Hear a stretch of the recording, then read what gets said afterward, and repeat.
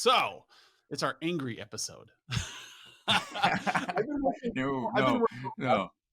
the last few months to pin down this consistent issue that MSPs have been having. Like, I came from the corporate world, and we have some very large issues out there. Like, one of the biggest issues in the corporate world is silos, Oh yeah. and the Oh my fact that we have gosh. these departments that do not talk to each other. Like, We did a IT podcast doesn't on talk to silos, I think even. Yes, it's yeah, awful. we did. Because it was normal for me. Like that was the biggest problem.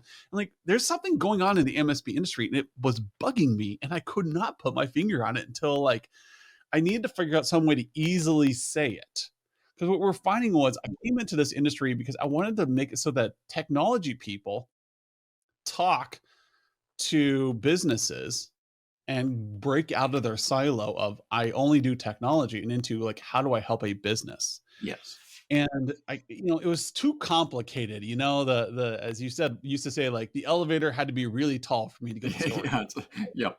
You know, and so I've had several podcasts and several meetings, and in between going to IT Nation and hearing from people just like in person, their stories, I came up with it occurred to me the problem is the vendors have brainwashed MSPs into being resellers. And I think the aha moment began when Microsoft changed their licensing, so they were trying to go direct to consumer. Yep. And everybody Again. was angry about this, and I could not figure out why everybody was angry. I'm like, "You no longer have to use Microsoft licensing. Hooray, Yeah. confetti for everyone."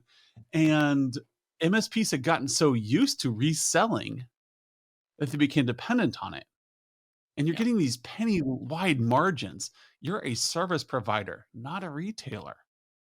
That's true. That's And true. because we are so awful at sales, we just fell behind the people who knew how to do sales. Microsoft, Lenovo, Dell, Oh, Compellent, whoever Cisco, you can find. Cisco. I mean, Cisco.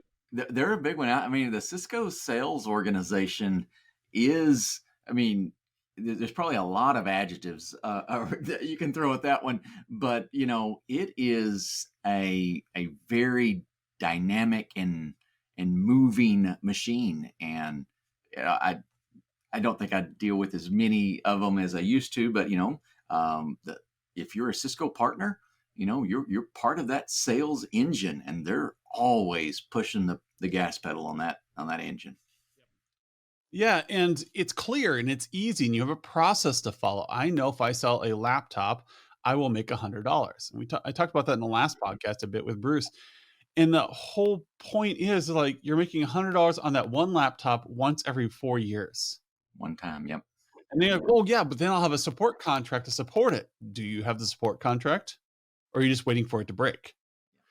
And so where is your service in alignment with the business problems? This is no longer something we talk about. We talk about how do I sell more laptops, more assets, and more software to my customers because that's how I make money. And it makes you feel good as a business owner because you can say, hey, we did 2 million ARR last year, annual recurring revenue. Mhm. Oh, look at that. 2 million. And because we're not business people, we don't understand that 2 million means jack until we go to sell our company and no one will buy it because your margins only exist to employ your personnel. Yep. And so you literally have no margins. You've been You're not counting building value. your salary as margin. That is incorrect. Your margins, your EBITDA, you need to figure out these different terms in business so you understand that you should be able to pay yourself and still have profit. You don't pay yourself out of your profits.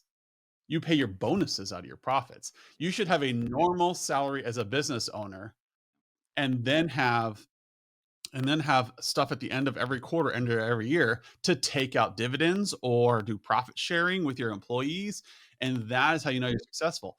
However, because we're selling with such small margins and we're selling break fix like that, we don't have the profits that we should have. I've been in the IT forums and watching this, and people like, oh yeah, that's your profit. You pay yourself with that. Your salary is your profit. I'm like, no, that's operating cost. which is Yes, why you're stuck that's in the right. role. That's it. It's operating cost, and I don't think, um, you know, a lot of MSP owners really, or MSP leaders really get that. Is, if you're leading an organization, there are a couple elements there. One, you have a job that you're fulfilling, and so that is an operational deal. But as a stakeholder in that organization, you should also be building value. And if you don't understand or see distinctly the two, then you're going to miss out on one or the other. And that value that you bring to your clients through services is really, really important. And Yes. so and I think there's a flip side to this as well. So we've got a few members that have joined here in the last few months and all, and we kind of go through, and I think they've taken the polar opposite to that route, and they're like, we don't sell anything, we're just services. And they kind of, somewhere in there, I think they recognize this, but I don't know if they're really getting to the core of it. In that, we don't want to be tied to that vendor, or we don't want to be seen as a reseller. So they're focusing heavily on the services, which is a really good idea. But what is your service? Is your service patching? Is your service, hey, we can replace hard drives in the SAN really fast? So as you develop this, as you, kind of readjust perspective here, you really need to line up your value with what your organization, your customers are really going to appreciate.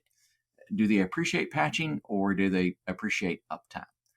So when we say these sort of things, you know, you got to look at it from the business perspective.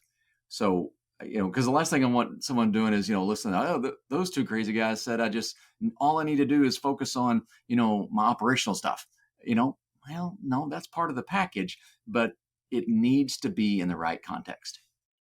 Well, operational efficiency is what everybody's talking about today. Mhm. Why? Because they want to save money. And we've talked about this in the podcast before. It's like, if you want to make money, if you want to make a difference, you got to build relationships.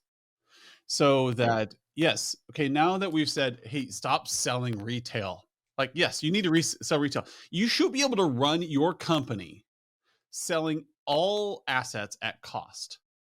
I know. Ooh, that's terrible to Yeah, say. You that should is. be able to sell all your assets at cost and software at cost. And it'd be a great marketing term for you. Say, hey, we always sell at cost. I know electricians don't do this. I get that. I get that they charge 3 times the price of copper, which is why you buy your own copper. So the whole point is, you're not an electrician.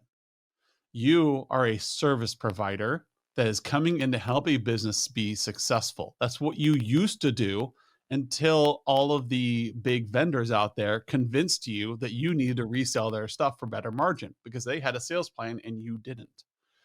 And so you can change that narrative by doing what Skip said, move into services. But now I can already hear the gears turning out there, that you're going to sell better patching solutions. You're going to sell better Right. gold support. You're going to be doing uptime. Again, what is your client trying to accomplish? So when I get asked this question of, you know, with the MSPs have 10,000 solutions in their head, how do you get those in all of those in front of the client? That is somebody asking me about process. And it frustrates me to get asked that question, because we're saying we need to just tell our clients everything we know and let them make a decision. Yep. Absolutely No, wrong. that is Absolutely not a wrong. relationship. That is advertising. What you need to do is build a That's a good term for it. relationship, Yep. which is hard. Get to know the person across the table from you. So see the last 2 episodes. Treat your clients like human beings and say, how can I help? And come up with solutions that will support them. And you will find that your profits increase because now they're not buying firewalls and patching services from you. They're now buying an ability to serve their customers in a way they couldn't before. And what does that look like? It's different for every single one of your customers. Your doctor's offices are looking for better ways to do EHR. Your auto sales guys are looking for better ways to get their cars in front of local people for SEO. They don't know what SEO is, and the doctor's office doesn't care about SEO. You have to create a relationship with your client so you know, oh, this person's interested in SEO. I've got an employee over here that's really good at that. Or we have a partnership with another company that does that really well. And this is how we're going to help them move their product. Hey, they want to do fleet management because they're a trucking company. Oh, you know that there are GPSs that you can put on cars for fleet tracking and inventory management. You can look into that solution with them and you charge them for that time. And that is beautiful. That is awesome because now you have taken this trucking company or this medical office or this auto sales guy and you've given them an edge over everybody else in town. Right. Well, And and only that's you where can do. and that's that I think you've illustrated a couple of really good examples of how you can really partner with your companies. So doing health records or installing GPS devices in vehicles. Right? Most MSPs out there, that's out of scope for you, right? You're not medical professionals, and you don't have a garage bay with a lift that you can service cars. So we see those solutions sometimes, and I think a lot of MSPs back off. They go, okay, you guys make a decision there. Let us know, and we'll come and install the servers. We'll put the software out there. We'll build, we'll load the database, whatever it is. And you just look at the to do items that you can foresee that you're doing. But if you're walking with your clients on that, if you're really understanding what's going on, this is not necessarily a simple thing. It's not something that you're going to start doing tomorrow. But if you have been having strategic conversations with your clients where they understand you really are trying to drive their business, then it's going to open the doors for them to say, hey, I've got this vendor that keeps ringing me up. They've got this, supposedly really great GPS system. And would you sit in on the call with me, or would you come over? They're going to demo this, and I want you to be part of this process.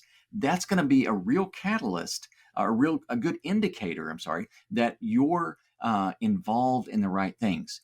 If you're just getting the email that says, "Hey, we just bought 50 of these devices, and they're installing them all our vehicles. You guys need to make the software work."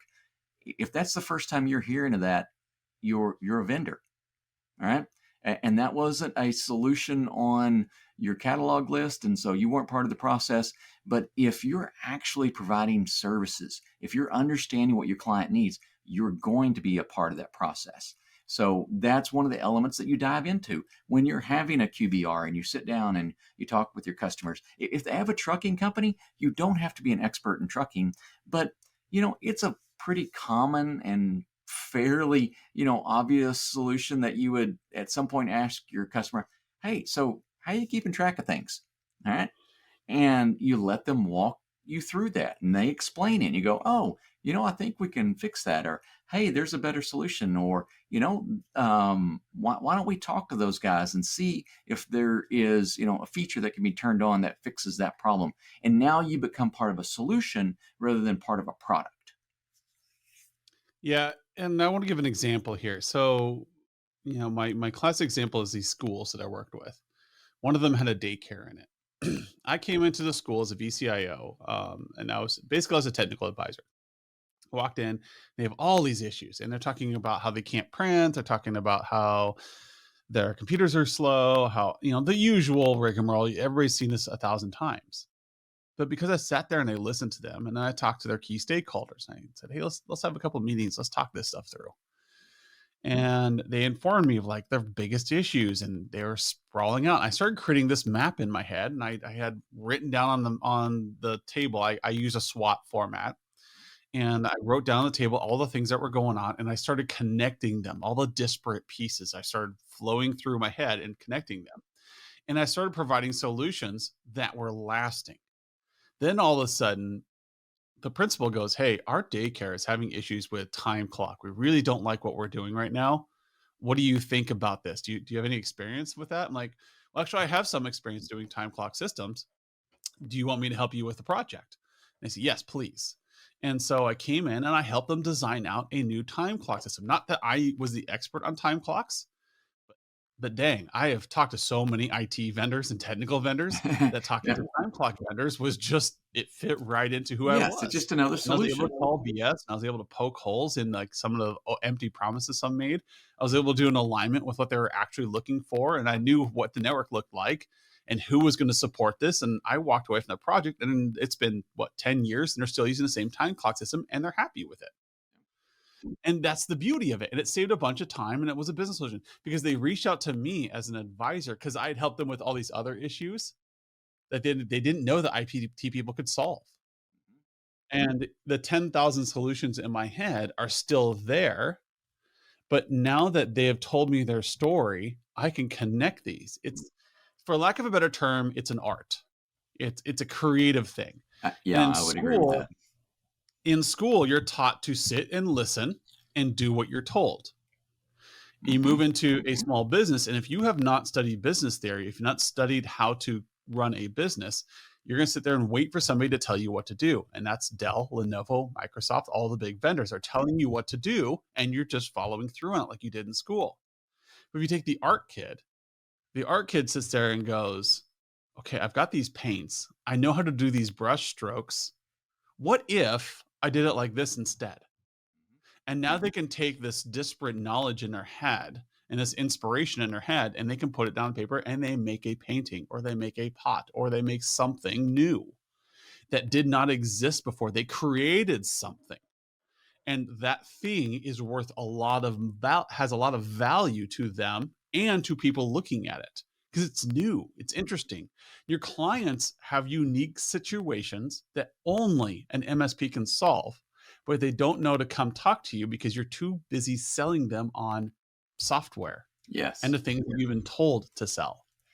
And I mean, busy selling them things is a bit of an issue. We run into this in a variety of ways, um, and it's built up this perception with businesses and IT providers, and they're really battling it because there's MSPs out there that really are trying to get alignment and do the right things, and they go to their customer with something, and many times because of just you know the way things have been structured for a while, those businesses are instinctively pushing back because they feel that they're just being sold something, right? And so we've got to break that barrier.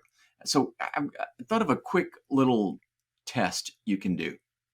So take a handful of your customers, just two or three even, and look at their major technology systems that they're using.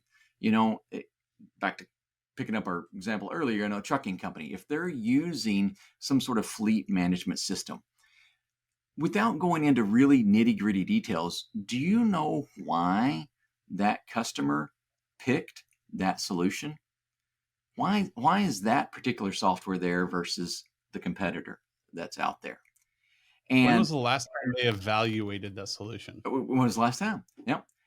And if you don't have any idea why they picked that solution, then you definitely weren't part of the process. And if you can't have those sort of conversations with your clients, you are just going to be a vendor. You are going to be the one that is You're a getting retailer. a retailer, that someone said, hey, we need this part. How many times has this happened? Your customer picks something, and that third party vendor, says, we only do this. We need this type of switch installed in the data center. All right. And you're like, I don't support that type of switch. Well, tough. You weren't part of the process, right? And so now you're in the battle, or this server, whatever it is, and you've got to understand why. Why is this technology needed? What is driving the business in getting that going? So, be a part of that process. If maybe you do know some of those reasons, did you learn those reasons firsthand, or did they tell you after the fact? After the Yeah. fact will at And least be better. At least you know, but you need to have that firsthand experience of why your customers are utilizing a given technology. yeah, and you have to earn that seat. You do. You You you do. you don't you automatic some people automatically give it to you, but you gotta earn it by providing out of the box solutions in other areas. If you're focused on just retail, if you're just focused on like how many switches, how many servers, how many laptops you sold, then you're just that's what you're going to be. You're going to be a retailer. Might as well just like the brick and mortars back in the day where we sold PCs. How many mice can we sell? How Computer many keyboards stores. can we That's where I sell? got started, man. Our computer store again. I Yeah. love computers. Don't get me wrong. I loved working in computer stores. It was fantastic. Yeah, I had a It was blast. one of the happier days of my technical career, but that's behind me. What you need to do now is provide solutions with the 10,000 things in your head that only you can bring to a business and stop being a retailer. Because again, the biggest problem facing MSPs today is you've been convinced to be retailers because you don't know how to sell. And this will always be a problem until you can acknowledge the issue so you can identify, oh my gosh, oh man, for lack of a better term, we're Cisco's bitch right now. We want to be that Yeah. gold certified partner so that we get the margins. They have gotten into you and they've gamified you so much that you see Microsoft gold certified partner or Mike or Cisco certified gold or whatever the current crown jewel is that you need to fight to earn as being the purpose of your MSP. And so I could tell you, like, I ran Cisco shops for years and I wasn't gold certified. I know there's benefits that come with it, but why do you care so much? So look out. Next time you go to a vendor expo, look at that floor. Look at all those people out there that are trying to convince you that their solution, 'cause I know I'm on the floor too. I'm one of the booths sitting there. They're trying to convince you of problems you don't have that they have solutions for. And then they will try to show you this problem that you're having. And it's all focused on operational efficiency right now. Watch it. When you're on that vendor floor, I'm being your advocate here. They all want operational efficiency. They want you to see that your operational efficiency is a problem. Why? Because it's really easy to fix operational inefficiency. It's super easy to fix. And so it's easy to exploit. It's easy to say, "Hey, if you use our asset management tool, you're gonna save this much money and this much effort every day. Aren't you tired of dealing with your assets every day?" Or you're gonna walk over to the next one and say, "Hey, aren't you tired of patching all the time? We've got a patch management solution that's gonna make it faster and easier for you." Look on that floor and see how many of them are actually helping you have a better customer experience. Look at Smileback. Smileback reaches out and gets feedback from your customers and say, "How are we doing?" And that's a great thing, and it's a fantastic tool versus other tools that say, "Hey, we'll help you close tickets faster." Okay, how does it help the customer experience? Well, if we close tickets faster, the customer's happier. Are they? Yeah. Man, Yeah, what if they didn't marginally. have? Yeah. An What easy if way they to didn't have to measure. open a ticket? you know. What if they didn't have to open in the first place? What if the customer was not looking at you for break fix so much as they were looking at you to come in and pay 5 grand a month to help them solve problems?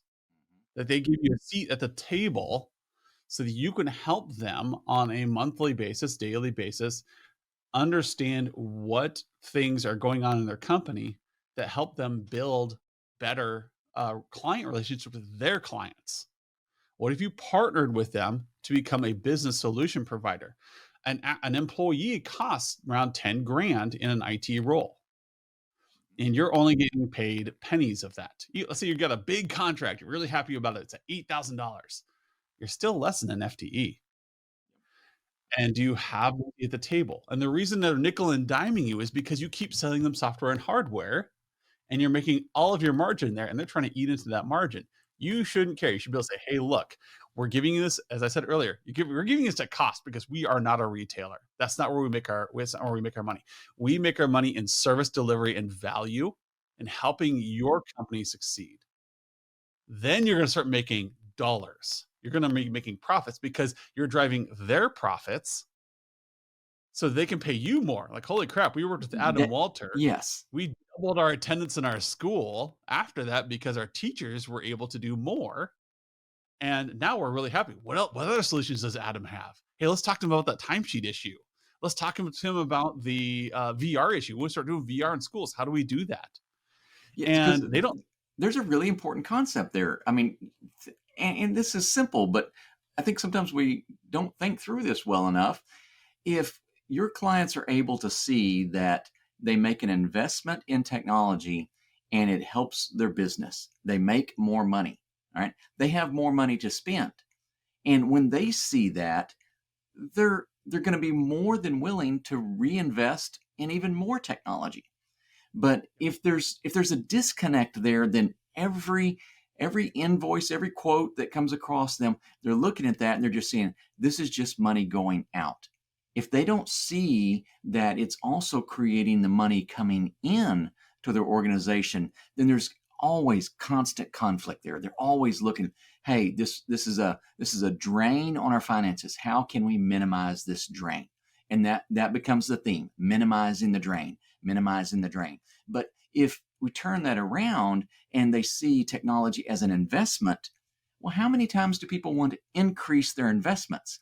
Right? Whenever they see a better return, they want to increase even more. And they see more return, more investments, and you get yourself into a completely different cycle. So, are you a drain on their finances? Or are you an investment in their finances? Those really kind of help divide the two directions. Yeah, and there's a reason why if you look in our software, like for those of you who are clients, that we have you list out what is their top goal for the year. It's right front and center on the dashboard. And there's a reason why in most of our recommendations, there's an area that says, what business problem does this solve? You're bringing a PC in today and you're replacing Janet's computer. What business problem are you solving for them? Well, Janet's the accountant. She's the lead controller, and she needs to be able to work smoothly all through this next 4 months because of tax season. And if she can get it done just a little bit early, she can start working on the profit margins for the company next year, or she can work on improving budgets earlier. And so you're solving a problem for them by helping Janet. So, but if you just replace Janet's computer and you walk away, not understanding that she's going to have one hard quarter coming up, Yep. you're going to say, "Oh, I replaced the PC and you went home. You did a good job." Instead, you should say, "Hey, is there anything coming up that I can help you with?" That's usually a pain point during tax season. Well, you know what? It takes forever to get anywhere on the internet from my computer. And I work with these large QuickBook files and I'm constantly pushing them around. Like, hey, you know what? Let's upgrade your internet for the next 4 months to make things easier for you. Yep. And then you identify that problem. It's really quick conversation because you're trying to understand who Jen is and build that relationship. And in my career, never have I seen it where an IT person builds a relationship with a business user where they didn't come up with some solution. Because IT people by default solve problems, but Yes, we we don't do. know the problem, we won't solve it. So go out, build relationships, stop being a retail. You can still do retail. You can still sell your software and hardware, Yeah, but somebody's got to sure. get it from somewhere. And if you need to put margins on it, put margins on it. But I'm telling you, that should not be your primary focus. That's just an OPEX. That's just operational expenditures on the back end. You need to be building relationships so you can provide solutions that take your client to the next level. So when they look at your ask next year, when you say you want $300,000 in the budget, they go, "Oh yeah, these guys made us 500 last year." Yeah. Oh, why, Or why they not? did Yeah. so much value last year. Our business runs so much better. And then a competitor tries to come in and underbid you. You're like, who the heck are you? Yeah. You know, Yeah. we love Alice. Yeah. Alice has been solving our business problem. She did it so that we don't have to fill out timesheets by hand anymore. Yeah. Alice made it so And that our building is safer because she worked with the physical security providers to find a better card system for logging in with fobs. And that is what Alice did for us. We have a relationship there, and there is no force on the planet that is going to oust Alice as the service provider. that And is that's what going to you guys. be, I think, yeah, I think that's going to be a key indicator is when those competitors come in to your customers, their response is going to be, you don't know me. Why would I buy from you? You don't know me like my other people do. And That that's is the why you relationship you want. It's not, hey, my current provider already gives me a great deal. All right. Great deals are, you know, they abound. Somebody can always provide a great deal. But if a competitor comes in and their response is, no, consider the deal because that's all the relationship is based on, you're in a bad spot. But if a competitor comes in and they go, hey, I don't know you, I'm not going anywhere. These guys know me. They help me. They're focused. They're supporting me as an organization, not minimizing the drain on my IT account. That's where you need to here's be. your guys' wake up call. I did 0 break fix when I started out. None. I did not touch a single asset. I didn't have domain credentials. I had nothing. And these schools were paying me 2 to 3 times what they're paying the MSP to do break fix There you go. because I built a relationship with them. Then I had the command to be able to help them pick the MSP that they were going to go with to solve all these problems because I wasn't going to do break fix. They wanted this problem solved. They needed to hire a technical company to come break fix. I was not going to do it. And so what happened was I was being paid more than you. You're working 3, 4 times harder than I am. You're selling software, you're installing PCs, you're doing all this stuff, and it's great. And I'm coming in for an hour or 2 every week, and I am making 3 to 5 times what you're doing. That is the wake up call.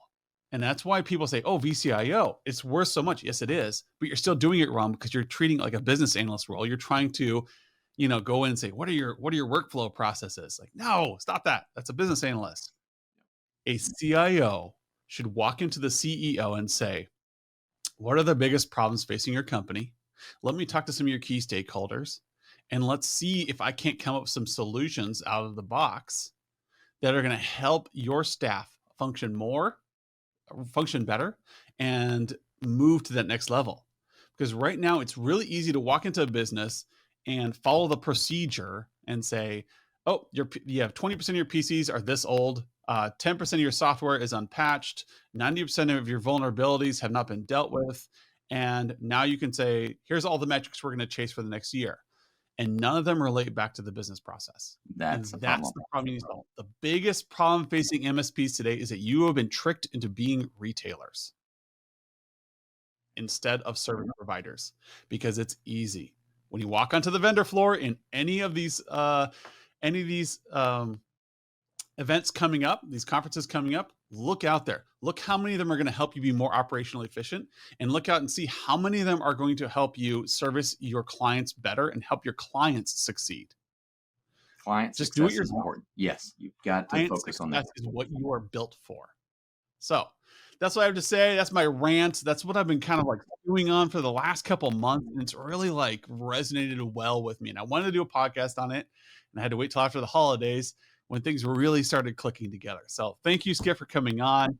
The biggest problem with MSPs today is that you are being tricked into being retailers by Microsoft and all the big vendors out there. And you have so much more to offer. Ask better questions, build relationships, have a beer with your client for the love of God. All right. Thank you very much, Skip. And we'll see everyone next week. See ya.